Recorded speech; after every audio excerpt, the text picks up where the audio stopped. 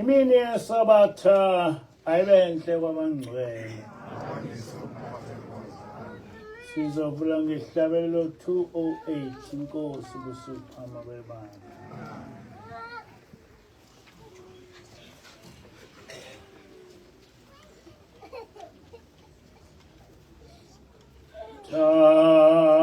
Thabani,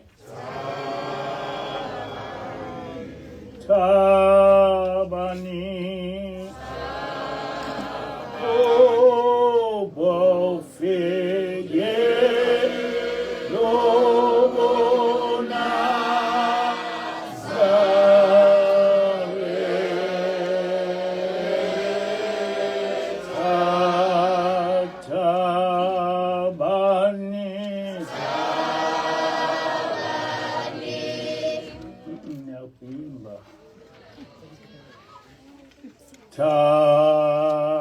Thabani, Thabani,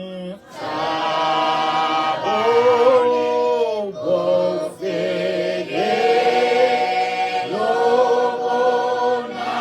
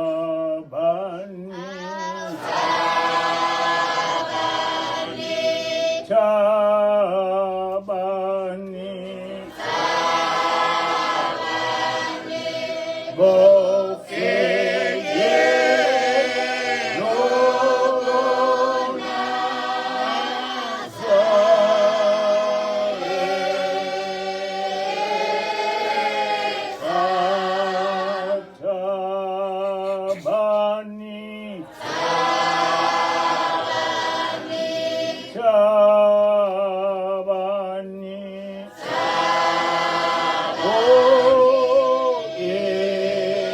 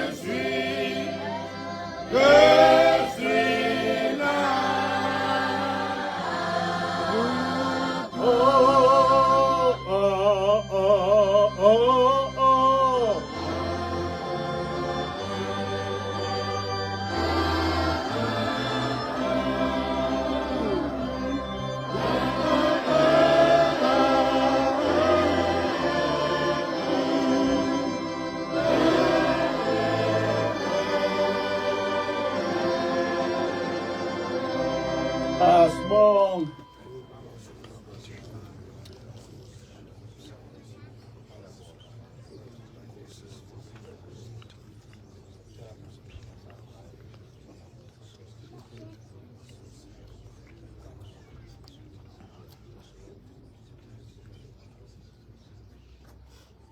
Amen.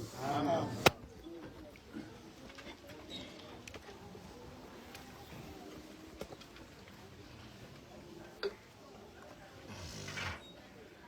Isihloko sale nkonzo sithi uYeshua HaMashiach wayengumholi webandla lamaNazaretha. Amen. uYeshua HaMashiach wayengumholi webandla lamaNazaretha. Ngale ntshumayelo ngiphendula inkulumo kaMgobhozi kwislot sakhe esithi My Theology Corner, lapho ethe ubaba uMpanza wenza iphutha uma ethi uYeshua wayengumholi webandla lamaNazaretha. Kuningi-ke okunye okushilo uMgobhozi ukubonisa ukuthi mina nganginephutha uma ngithi uYeshua wayengumholi webandla lamaNazaretha. Kodwa ke ngalokho angilwi naye njengoba yena ecabange lokho, ngoba ubeveza umbono wakhe futhi konke akushoyo mhlawumbe kusukela ocwaningweni lwakhe.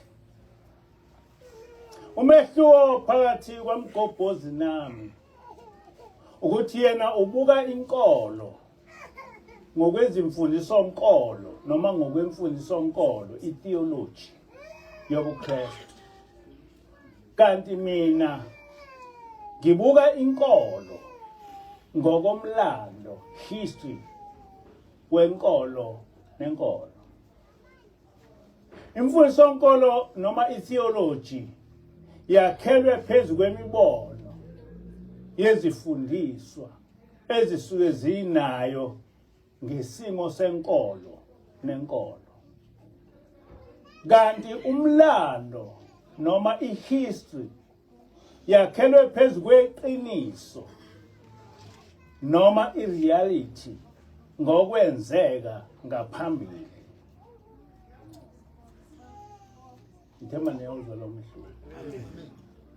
Ukuthi uYeshua wayengumholi wamaNazaretha ngamaqiniso omlando wenkolo, ngamaqiniso enkolo, iMosaic faith. Mina angikhulumi into engayicwaninganga. Ngisho kufika ingilosi kimi ithi into ethize imi kanje, kodwa ngaphambi kokuba ngifundise abantu noma ngifundise abantu ngayo, ngiyaye ngenze ucwaningo ngokwami ukuze ngikumele engikukhulumayo. Ngethemba ke ukuthi uMgobhozi uzokweneliseka ile mpendulo engizomnika yona. Kujwayelekile ukuthi uma kukhulunywa ngamaNazaretha, amaKristu bese ecaphuna incwadi kaNumeri 6 bethi iyona echaza amaNazaretha, okusho ukuthi ubuNazaretha isifungo osithatha okwesikhashana. Kodwa ukuchaza umNazaretha akukho kuNumeri 6 kuphela. Angazi ukuthi ezinye izincwadi azifundwa ngani. KuBahluli 13 verse 4 to 5 lapho ingilosi ikhuluma nonkosikazi kaManoa ithi, ngalokho ke uxwaye ungaphuzi wayini naluphuzo olunamandla, ungadli lutho olungcolile, ngokuba bheka uyakukhulelwa uzale indodana, impuco ayikuyithinta ekhanda layo, ngokuba umntwana uyakuba ngumNazaretha. Amen. uSamsoni wayengasenzanga isifungo sesikhashana sobuNazaretha, kodwa wathi ezalwa wayengumNazaretha. Amen. Ngoba ubuNazaretha kuchaza ubungcwele. KuNumeri 6 verse 5 kuthi, zonke izinsuku zesethembiso sakhe sobuNazaretha kungasondeli impuco ekhanda lakhe, uyakuba ngcwele zize ziphelele izinsuku azahlukanisela ngazo kuJehova, avume isihluthu sezinwele zakhe zekhanda lakhe esikhulu. Amen. uSamuel wokuqala isahluko 1 verse 11 kuthi, uHana wenza isithembiso kuJehova wathi, Jehova wamabandla, impela uma ubheka uyakubona ukuhlupheka kwencekukazi yakho, ngikhumbule ungayikhohlwa incekukazi yakho. Yiphe incekukazi yakho umntwana womfana, ngiyakumnikela kuJehova zonke izinsuku zokuhamba kwakhe, akayi kuthinta insingo ekhanda lakhe, ngoba uyobenikela kuJehova engcwele. Amen. Umprofeti uSamuel wayengumNazaretha kwasekuzalweni kwakhe waze wafa engumNazaretha.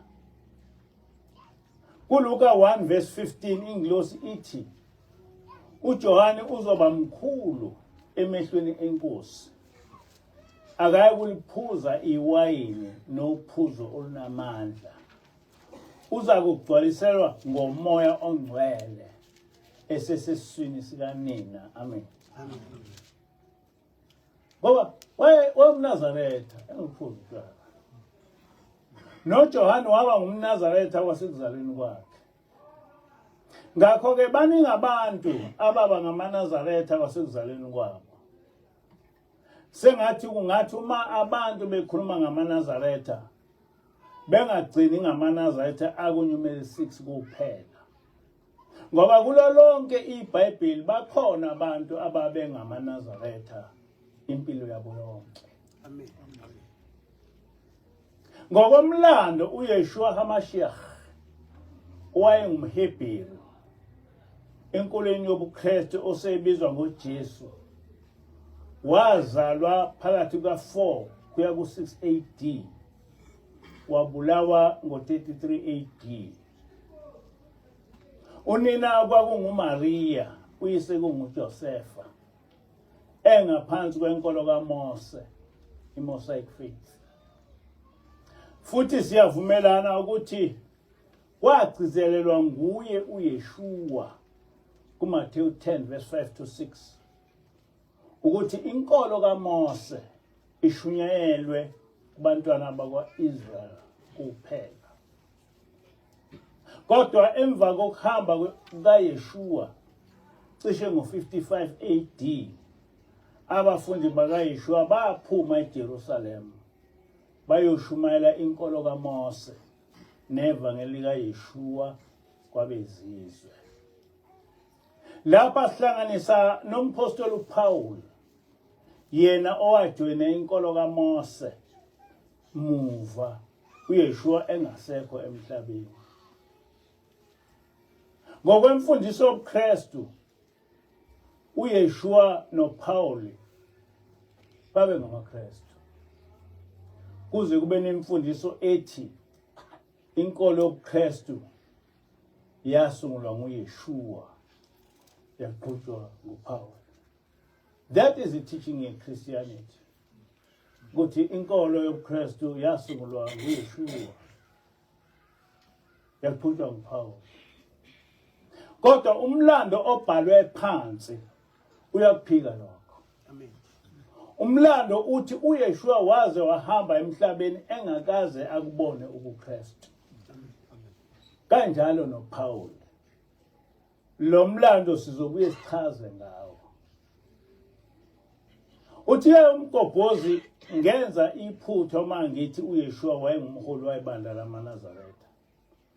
Kodwa kwiZenzo 24 verse 5 uthi ngokuba le ndoda siyifumene iyishinga ivusa ukwambuka phakathi kwabaJuda ezweni lonke, iyinhloko yehlelo lamaNazaretha. Ubhalwe eBhayibhelini lokho. Amen. Igama amaNazaretha liyisizulu, lisho Nazarenes. Amen. Le nkulumo yashiwo ngamaJuda ayephambene nebandla likaYeshua ngisho esaphila. Angazi noma umgobhozi uyakuphika yini ukuthi uPaul wayengumholi webandla lamaNazaretha, njengoba iZenzo 24 verse 5 zisichazela kanjalo. Noma uthi nguPaul yedwa owaba umholi webandla lamaNazaretha, kodwa hayi uYeshua. Angiqondi ukuthi uPaul wayengumholi webandla lamaNazaretha kanjani uma uYeshua wayengazani naleli bandla. Kusobala ukuthi kunamaqiniso ahlanekezelwe ngoba le nkulumo ekuyiZenzo 24 verse 5 iyadida. Ilesi sizathuke esangiholela ekwenzeni ucwaningo olunzulu ngaleli gama lamaNazaretha eseliqhamuka nje esikhaleni. Ocwaningweni lwami ngathola ukuthi ngesikhathi uYeshua esaphila enkolweni yobuJuda kwakunamahlelo noma ama-sects amathathu. KwakungabaSaddusi, abaFarisi nama-Essence, kuwo okwavela amaNazarenes. Ama-Essence kwakungamaJuda afana ne-NCG egcizelela ukukholwa ngokugcina umthetho kaNkulunkulu. Kodwa leli gama elithi ngama-Nazarenes noma amaNazaretha lafihlwa kwiNew Testament ngezizathu ezaziwa yiwo amaKristu. AmaKristu abuye akufihla ukuthi uJohane wayengumprofeti, hayi umbhapatisi.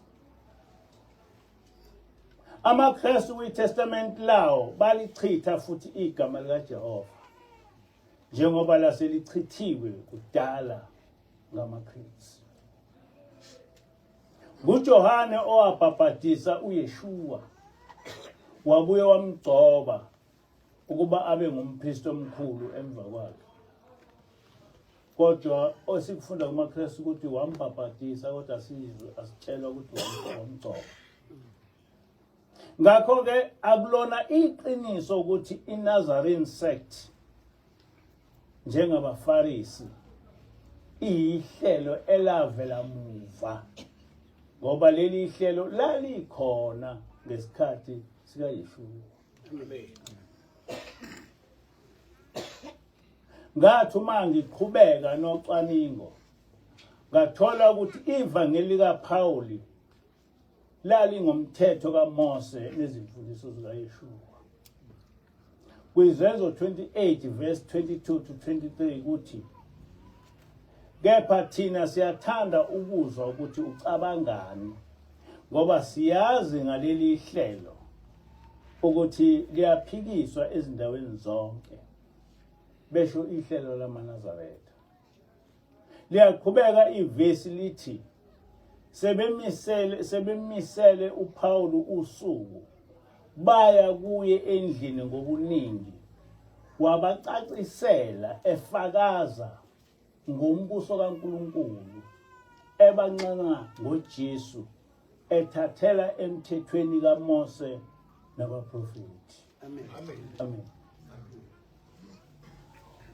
Zimbili izinto eziphikisanayo ngoPawuli okumele zicace lapha, ukuthi uPawuli wayeshumela ngombuso wezulu ethathela emthethweni kaMose nasezimfundisweni zabaprofeti.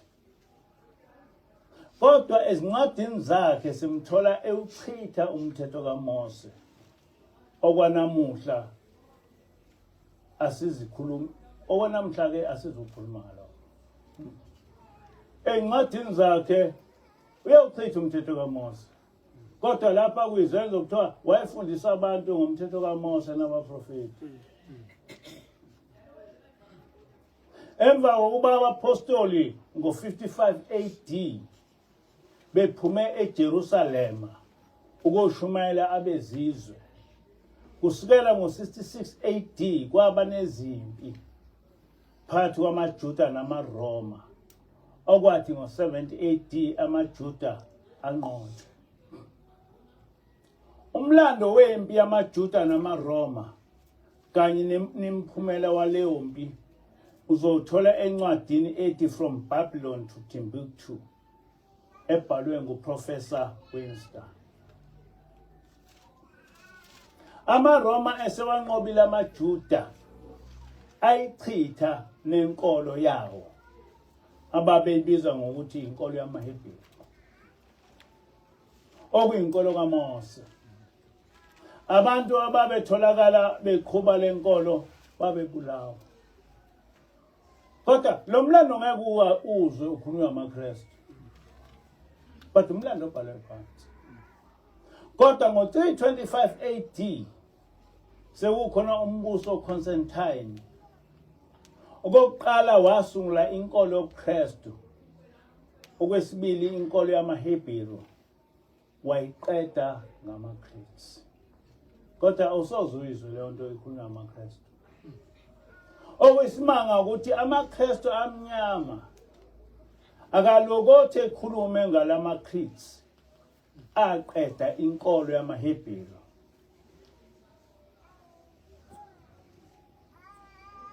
Okuyinkolo kaNkulunkulu nokuyinkolo Yesu. Kafuphi lamaKristu ami kanje. Ngiyafisa ukuthi lento ngiyiphinda ngisho ngoba amaKristu ayikhulumi. Kodwa iwona khiye wenkolo. Kafuphi lamaKristu ami kanje. Ngiyayichitha yonke imikhosi nemicimbi nemithetho. Ukudla isinkwa esingenamvubelo. Iminikelo yamawundu eyenziwa ngamaHebheru. Ngichitha nayo yonke imikhosi yamaHebheru, iminikelo, imithandazo, ukuzingcwelisa kanye nokudumisa kwabo. Okuseqinisweni ngokwamaKristu amalokhoza amaKristu akufanele amaKristu efunde iTestament elidala at all. Ukuzila kwabo imikhosi yokweshwama, amasabatha, amahubo nezaga nenkolozo yokuya kwabo ukuyokhonza emathempelini. Kafuphi kuchithwa lonke iTestament elidala. Kodwa ngaleso sikhathi lalingakabikho noma lalingakabi khona iBhayibheli. Angazi noma abantu bangizwa ukuthi. Amen. AmaKristu alichitha iOld Testament lonke. Lingakabikho iBhayibheli. So lathi lakhiwa iBhayibheli lalakhiwa ekuthenini iTestament elidala lichithiwe. Yonke into kwiTestament elidala ichithiwe. Mina ngokwami ngithi angikufisi nakancane ukuthi kube khona ukubuya kule nkolozo yamaJuda. Noma ukutholakala ngidla namaJuda. AmaJuda njalo abantu abamnyama. Noma ngandlela thile kukhulunywa nabo ngasese kuphikiswana noma kugxekwa inkolo yobuKristu. Kunalokho uma kukhona ukukhuluma nabo kufanele kube ukuthi bayatshelwa ngokusobala ukuthi bashiye lo msangano wabo wenkolo yamaJuda kwenkolo kaJehova. Angazi ukuthi yini eyenza ukuthi amaKristu amnyama engayazi lento. Ngoba inkolo kaJehova ngokobuKristu yachithwa. Ayikho. Uma eke waba khona otholakala enza lokho noma yimina uqobo. Ngiyacela isiqalekiso sikaKhayini noma isifo sokulephelo bukaGehazi sivele sehlele kimi ngaleso sikhathi. Noma inhloboni yesijeziso sokwephula umthetho ngiyasemukela ngifanele. Amen. So ukufunda ukwenza noma yini ehlangene nenkolo yamaHebheru, ukufunda nje iBhayibheli noma iTestament lamaHebheru kwaku icala elenza ukuthi ubulawe uma wafica ukwenza. But amaKristu ayikhulumi lo. LamaKristu abakhona iNew Testament ingakabikho. Ngakho iNew Testament babemzonda uJehova. Ngalokho base bezakhela umsindisi wabo oliGreek. Besho usiza kuJesu. Owagcina esenguJesu. That's a fact. That's a fact. Ukuthi uYeshua wachithwa. Kwase kwakhiwa kwase kuthathwa insizwa nje thize usiza kuJesu. Kwase kuba uyena uJesu. Namanje amaKristu nasendini zesonto babeka usiza kuJesu. Yini abantu abamnyama bengafuni lento ikhulunywe ngoba is a fact. Why? Abezizwe bamchitha uYeshua owabe eliJuda. Basebezakhela umsindisi wabo okwakuyinsizwa yentaliyane noma iGreek uSiza Borgia eseba nguJesu ongumsindisi enkolweni yobuKristu. That is a fact.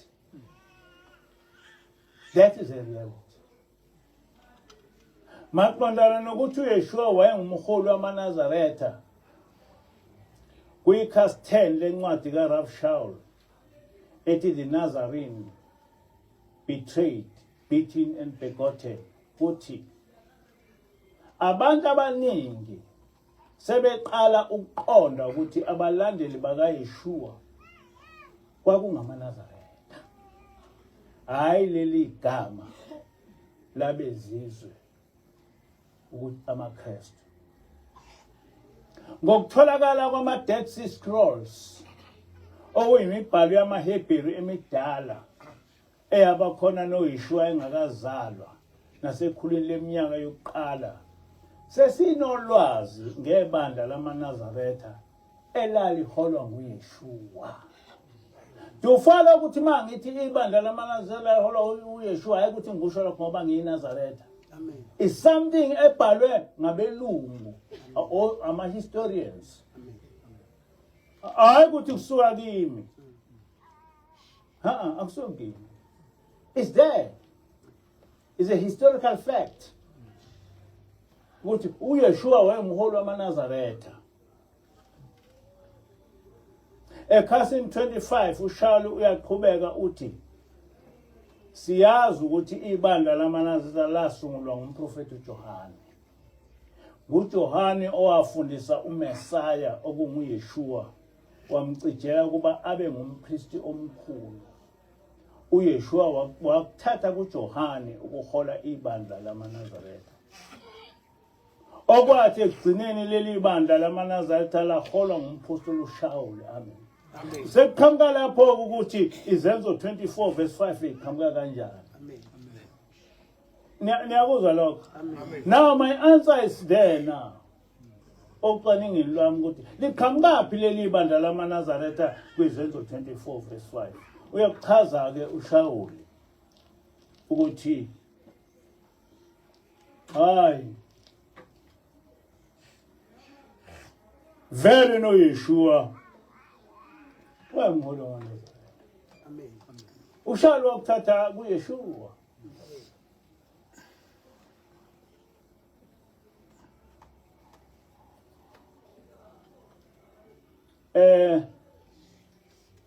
Uyaqhubeka futhi uRav Shaul uthi uJacobe olungileyo, James the Just, wathatha lo msebenzi engasekho umnewabo onguYeshua, wahola amaNazaretha aqala. KunguYeshua kuphela owayengamedlula. Kusho ukuthi uShaul waba good.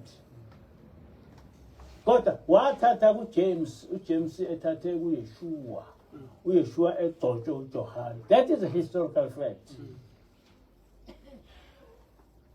Mhlawumbe kumele ngithi ukuchaza ngama-Dead Sea Scrolls uRav Shaul okhuluma ngawo. Ngibone ukuthi kufanele ngichaze ngalama-Dead Sea. Bambalwa abanye abazi lutho ngalento. Ama-Dead Sea Scrolls imibhalo yasendulo eyatholakala ngasemgedeni iQumran kusukela onyakeni ka-1947 kuya ku-1956. Le mibhalo yasendulo icacisa kabanzi ngomlando wama-Israel, ikakhulu indlu kaJuda namasiko kanye nemibhalo yokuqala yeBhayibheli leHebheru. Asizukwenaba kakhulu ngokuningi okukulama Dead Sea Scrolls ngaphandle kwalokho okuqondene nebandla lamaNazaretha. Ngiyazi nje. Ukuthola kwalama scrolls kwaholela ekumbiweni kwemigede e-11 okwaveza imibhalo yesandla engaphezulu ka-900 ebhalwe ngesiHebheru. bese kuba nembalwa ebhalwe ngesi-Aramaic nesiGreek. Kukholakala ukuthi lama scrolls ayibhalwe yihlelo lamaJuda elabalaziwa ngokuthi ama-Essens ayihlala endaweni yaseQumran. Lo mphakathi waba khona kusukela ngo-100 BC kuya ku-68 AD. Okungubufakazi bokuthi eminye yale mibhalo yabhalwa uYeshua esanda kuhamba emhlabeni. Ngoba uYeshua wahamba emhlabeni ngo-33 AD. Le mbhalo yatholakala ukuthi ibhaliwe kuze kube u-68 AD. Lama scrolls abe lusizo olukhulu kuma scholars ngoba acacisa ngomlando wokubhalwa kweBhayibheli lesiHebheru bese eqhathanisa kalula nemibhalo yeBhayibheli esilisebenzisayo. Mayelana nokuqonda phakathi kwaYeshua noJesu kanjalo naphakathi kwamaNazaretha namaNazaretha namaKristu, kuma-Dead Sea Scrolls kukhulunywa kuphela ngoYeshua namaNazaretha. Amen. Do you follow that? Ama-Dead Sea Scrolls abhalwa kuze kube u-68 AD. Akakhulumi lutho ngoJesu, akakhulumi lutho ngamaKristu, akhuluma ngamaNazaretha, ekhulume ngoYeshua. Lokhu kuyisiqiniseko ukuthi enkolweni yamaHebheru eyazi yaqedwa ngamaRoma emva kwa-70 AD wayengekho umuntu onguJesu kanye nenkolo yobuKristu. Ongekho. Kuma-Dead Sea Scrolls amaNazaretha abizwa ngabalondolozi beTorah nabalondolozi babaprofethi kanye noMesaya. Ngoba amaNazaretha ayikhuluma kakhulu ngomthetho kaNkulunkulu, bekhuluma kakhulu ngabaprofethi, bekhuluma kakhulu ngoMesaya uYeshua. Kodwa kungamaNazaretha. EmaBhayibhelini ethu kubhalwe ngoJesu waseNazaretha. Kodwa lokhu kuyihumusho ongasilo iqiniso. Ngoba kuma-Dead Sea Scrolls kuthi uYeshua ongumNazaretha, hayi waseNazaretha. Ukuze lo mlando wenkolo yamaHebheru neyamaRoma icaciseke, ngizonika umlando wayo kafuphi. uYeshua wayengumJuda. Wazalwa nguMaria noJosepha ngo-4 to 6 AD. Nabo ababe ngamaJuda. Wahamba emhlabeni ngo-33 AD. Inkolo yamaHebheru ngesikhathi sikaYeshua yayingazemukeli ezinye izizwe ukuba zibe kule nkolo. Funda uMathewu 10 verse 5 to 6.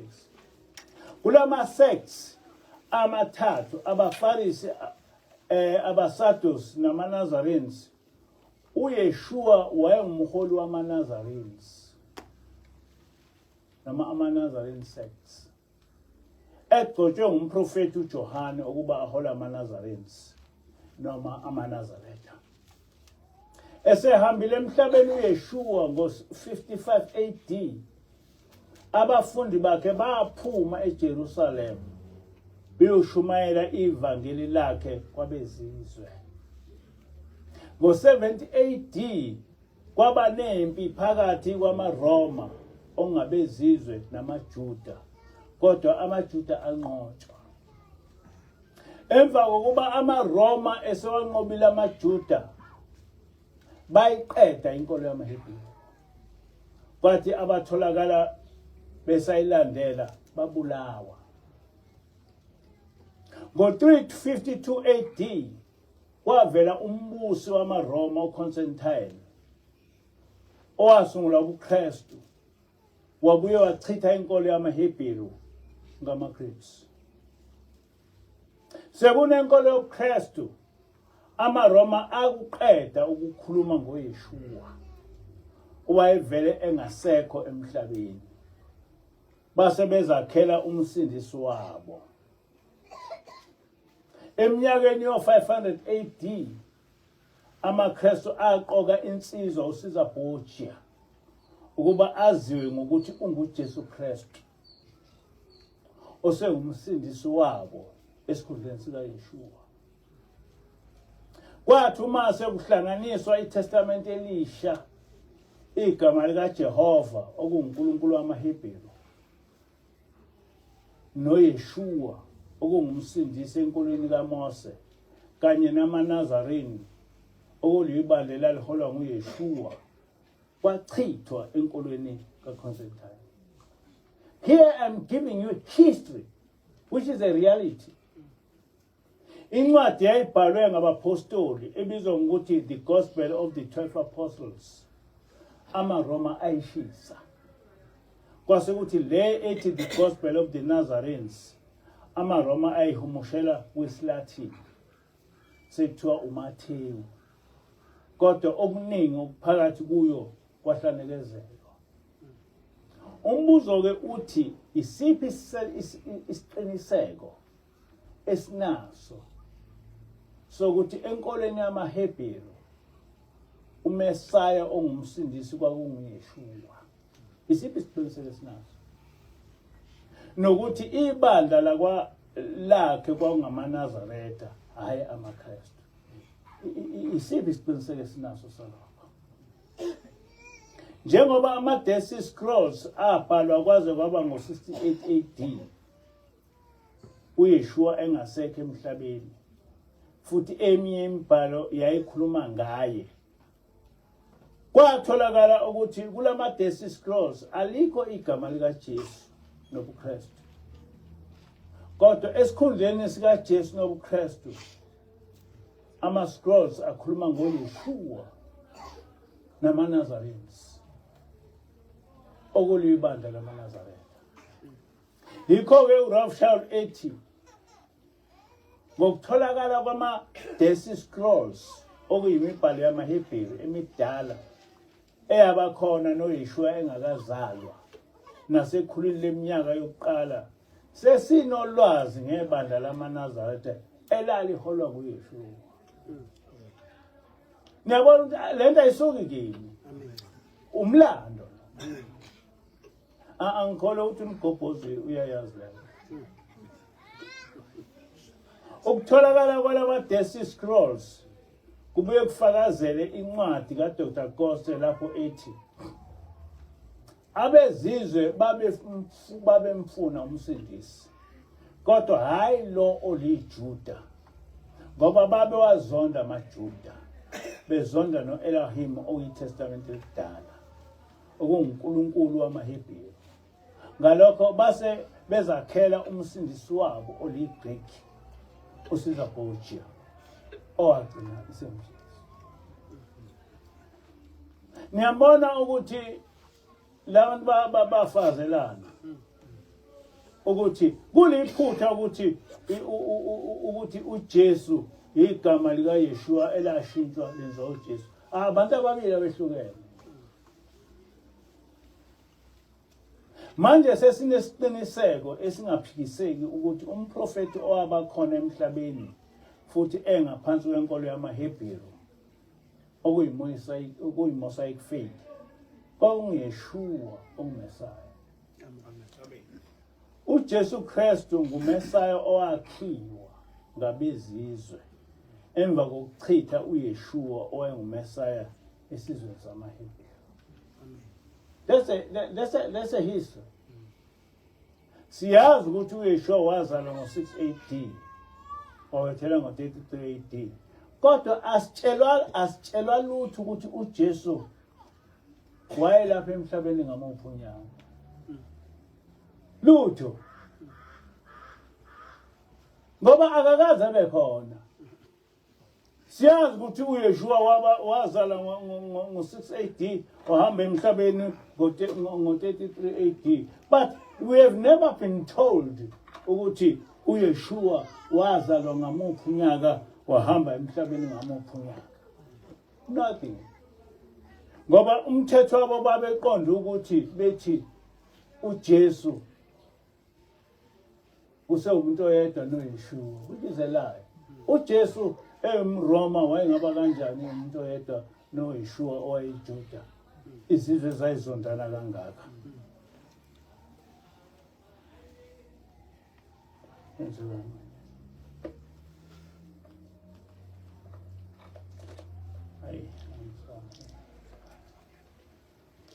oza ngapha izinto ezinebuye